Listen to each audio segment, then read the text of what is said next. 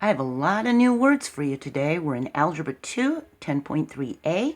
We're going to be introducing ellipses, focus, foci, axis, center, vertex, radii for ellipses. We've got 7 previous videos for this chapter. If you become lost or confused, just click on the description and watch those previous videos. Some equations of second degree have graphs that are ellipses. So here's our definition. An ellipse is a set of all points P in a plane that's such that the sum of the distances from P to two fixed points, f sub 1 and f sub 2, is constant. Each fixed point is called a focus. So that's what the f sub 1 and f sub 2 are. They're focal points. Plural is foci. Now some people say foci. That's okay. It depends on how you want to pronounce it. Most people say foci because the ci says sa, like in the word city. That's the foci of the ellipse. The distance from point A to f sub 1 is r sub 1. And the distance from point A to f sub 2 is r sub 2. So let's take a look at this drawing I've got here. I have my, sorry it's not a great ellipse, but I did the best I could. And we can see that it's longer this way than it is this way, isn't it? So it's a horizontal ellipse. We have point A right here in green, and here's point B. We've got f sub 1, our first focal point here on the x-axis. We have f sub 2, our second focal point, right there on the x-axis. And our focal radii is r sub 1 and r sub 2. See that? So it goes from a point to the focal point, see? All right. Now, let me move over here without stepping on my dog. A whispering gallery of elliptical shape is a room in which two people standing at focus points can hear each other over a long distance, even though they're whispering.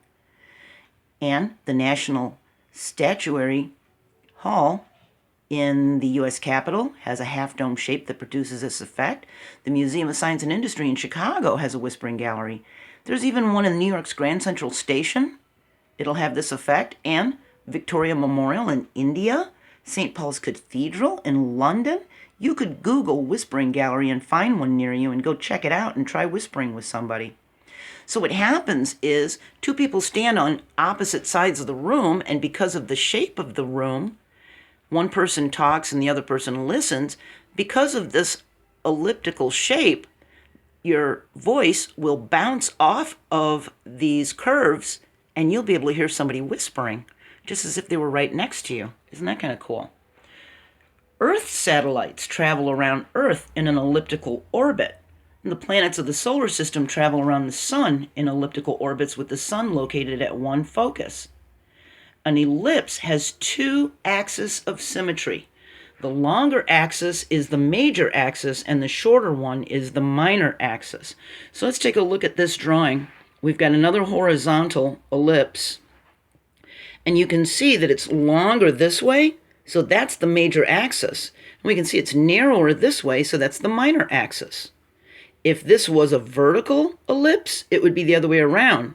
The longer one would be this way, and that would be the major, and then that would be the minor. See? You can see we have a point right here, and we have our focal radii right here. We have our focus points. Here's the center, and you can see we have a vertex here, and here, and here, and here. The axes are perpendicular at their midpoints. So it's perpendicular right here, 90-degree angle, the center of the ellipse. And the foci lie on the major axis. So whatever the major axis is, whether it's a horizontal ellipse or a vertical ellipse, the foci, the focal points, are going to land on that major, longer axis. And the ellipse intersects the major and minor axis at the vertices. See? At each vertex. All right, let's take a look at this drawing. We have our major axis and our minor. And when we look at the vertex points, we've got a 0, 4, and a 0, -4. We've got a -5, 0, and a 5, 0. The vertices of an ellipse centered at 0, 0, the origin, are plus or minus a and 0 plus or minus b. There's supposed to be a b here, okay? That's if it's horizontal. And the vertices of an ellipse centered at 0, 0, the origin, are a plus or minus b 0 and a 0 plus or minus a if it's a vertical.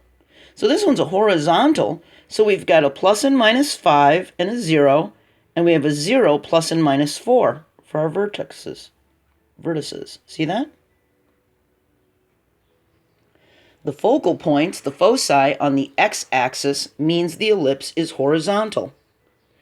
So if you see an ellipse and maybe it's really close to looking like a circle, it's like it's so small, you know, of a change between its length and width that you're not sure if it's an ellipse or a circle. If it's got focal points on the axis, you know it's a horizontal one. And if it's got focal points on the y-axis, you know it's a vertical one. And I'll be able to tell you right now how you can know if it's an ellipse. If you've got focal radii, the sum of the focal radii is constant, and it's equal to the length of the major axis.